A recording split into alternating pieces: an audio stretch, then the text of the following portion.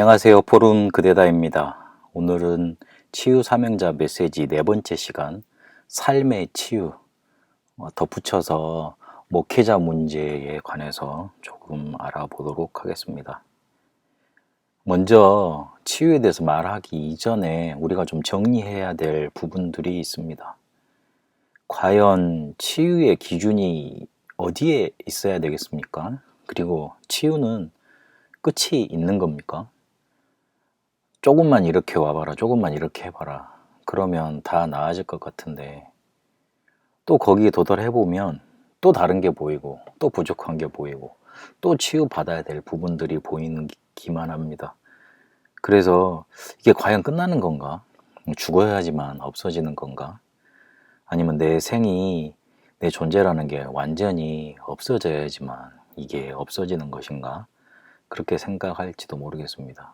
오히려 끝도 없다는 데서 낙심이 많이 되고, 그리고 완전할 수 없다는 데서 굉장히 좌절하기도 합니다. 성경은 그래서 기준을 이렇게 주셨습니다. 하나님을 만나고 누릴 수 있으면 됩니다. 그게 치유의 완성된 상태입니다. 그것이 또한 행복이라고 알려주십니다. 우리가 있어야 될 자리에 있고, 그 자리에서 하나님이 주신 축복을 누리는 것, 그게 바로 치유라고 말씀하십니다. 우리가 완벽히 행복한 상태고 아무 문제도 없고, 그리고 굉장히 많은 것을 누리고 있는 상태인데 우리의 신분 자체가 하나님 자녀가 아니다. 그러면 그건 조금 생각해 봐야 됩니다.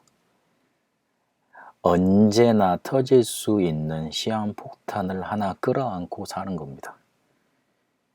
하나님 자녀가 아니라는 말은 언제나 나에게 다가올 수 있는 재앙의 그림자 속에서 사는 겁니다. 그리고 가장 큰 재앙은 아무 문제 없이, 하나님에 대한 아무런 갈급함 없이 잘 살다가, 그것도 내 자녀들도 문제 없이 잘 되다가 그냥 조용히 눈을 감는 겁니다. 근데 눈 떠보니 지옥이에요. 성경에는 분명히 천국과 지옥이 있다고 그랬거든요. 없으면 좋겠는데 만약에 성경의 말씀대로 있으면 어떡해요?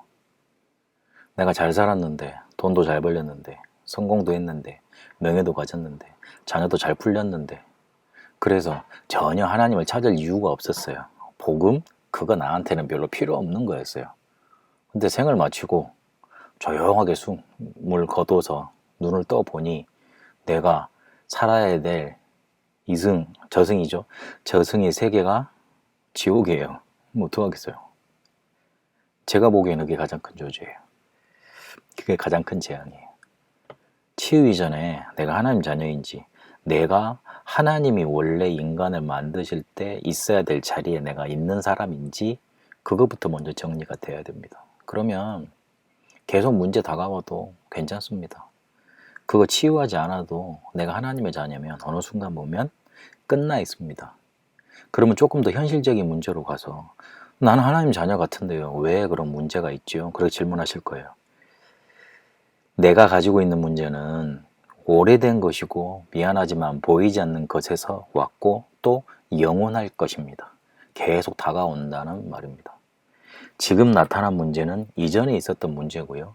그 이전에 있었던 문제는 보이지 않았던 것이고요. 그리고 또 계속 다가올 문제입니다.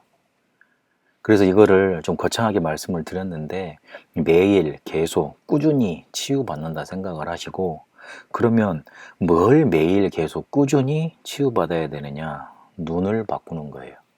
생각과 마음부터 바꾸는 겁니다. 여러분, 혹시 여러분 안에 가득 차 있는 게 뭡니까? 그것 따라서 눈이 바뀝니다. 눈이 달라집니다. 내 안에 분노, 막 뭔가 이렇게 불평 가득 차 있을 때 혹시 한번 운전해 보세요. 너무 다른 사람들이 다 나를 치려고 그러고 기분 나쁘게 보이고, 그리고 저놈은 나하고 싸워야 될 사람으로 이렇게 보입니다. 근데 저 같은 경우에도 굉장히 마음이 느긋한 상태에서 운전을 하다 보면 그냥 끼어들어도 괜찮고, 조금 갑자기 퍽 튀어나와도 별로 놀라지 않고 그러더라고요. 내 마음속에 가득 차 있는 거에 따라서 바뀝니다. 그래서 매일 계속 꾸준히 내 생각과 마음을 바꾸는, 눈을 바꾸는 치유 지속되어져야 됩니다. 그 바탕이 성경의 기준인 하나님 자녀가 되는 것에서 시작이 됩니다. 그러면 그걸 가지고 우리의 삶을 치유받기 시작해야 되는데 그 첫 번째가 육신과 경제 치유입니다. 복음 충만해지면 우리에게 상상할 수 없는 힘이 임하게 되어 있습니다. 복음 충만해지려면 복음이 왜 필요한지, 그리고 그 복음의 실체가 뭔지 알아야 됩니다. 창세기 3장이 복음이 필요한 이유고, 복음의 실체, 요약은 딱 엑기스는 그리스도입니다. 창세기 3장 문제와 그리스도를 알면 복음 충만해질 수 있는 길이 열립니다. 그리고 조금만 우상을 제거하면 돼요. 하나님보다 더 섬기는 거. 그거는 뭔가 이렇게 채려놓은 형상 우상도 있지만 마음의 우상들, 마음에 뭔가 이렇게 탐심이 일어나는 것들 조금만 제거해 버리면 됩니다. 그리고 복음 충만은 말씀 충만으로 우리에게 임합니다. 말씀 조금만 듣고 집중하면 됩니다. 그러면 성령 충만 속으로 우리가 인도받게 됩니다. 그리고 성령 충만 받으면서 운동하시면 돼요. 운동한다 그럴 때 막 격한 운동 그런 거 말고요. 조금만 내 몸에 힘을 이렇게 실는 운동. 그것과 함께 호흡 조금만 길게 하시고 조금만 멈추면서 힘 주는 그런 호흡을 좀 하시고, 특히 입으로 호흡하시면 안 돼요.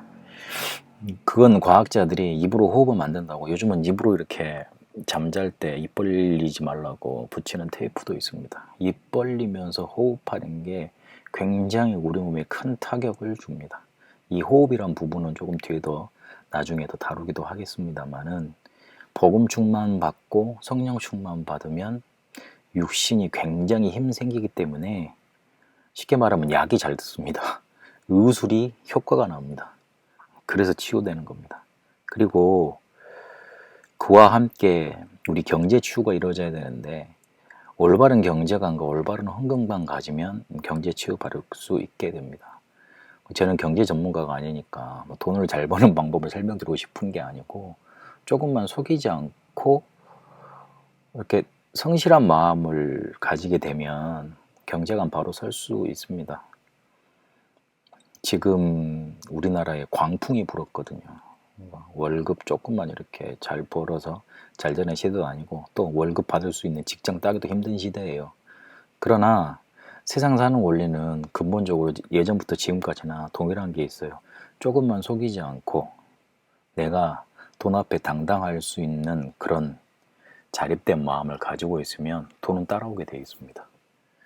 조금만, 그리고 교회 살리는 헌금감만 제대로 갖추면 됩니다. 그리고 더 중요한 건 내 기능에 성실함을 더하면 하나님의 시대에 따르는 응답으로 인도하시게 됩니다. 그리고 인간관계와 삶을 살아가는 방법도 치유돼야 됩니다. 특히 교회 내에서 목회자와 성도의 관계가 있어요. 서로를 귀중하게 여기라고 데살로니가 전서에 보면 그렇게 말하고 있습니다. 교회에는 솔직히 쓰레기통이 없어야 됩니다. 어떤 사람도 와야 됩니다. 그리고 실제로 교우 간의, 성도 간의 관계에서도 돕고 살리면 됩니다. 이득을 바라지 않고 돕고 살리면 그게 다 우리한테 돌아오게 되어 있습니다. 혹여나 갈등이 있다면 거기에는 하나님의 뜻이 있습니다. 정말 주의해야 될 건 남을 해하려는 목적으로, 남을 죽이려는 목적으로 비판하지 않아야 됩니다. 내가 저 사람을 향해서 빼든 칼이 언젠가는 나한테 다시 돌아옵니다. 그리고 내가 삶을 살아가는데 조금 살 맛이 나서 사는 사람이면 됩니다. 그리고 굉장히 좀 멋을 갖춘 사람으로 조금만 준비하면 됩니다. 어떻게 하면 되냐면, 상식선에서 조금 생각하고 모든 사람이 이해할 정도로 객관성 있게 일을 진행하고, 주관적으로 그러면서 이렇게 내가 가지고 있는 비밀 가지고 있으면 살 맛이 나는 사람이 되고, 그리고 남들 보기에도 멋있는 사람이 되는 겁니다. 이러면 인간관계와 그리고 내가 삶을 살아가는 방법도 인도받게 되어 있습니다. 마지막으로 조금 기도하고 인도받아야 될 문제가 목회자 문제입니다. 제가 목회를 오래 하지 않았기 때문에, 그리고 대단히 성공된 목회자도 아니기 때문에 이 문제에 대해서는 크게 어필할 수 있는 게 없을지도 모르겠습니다.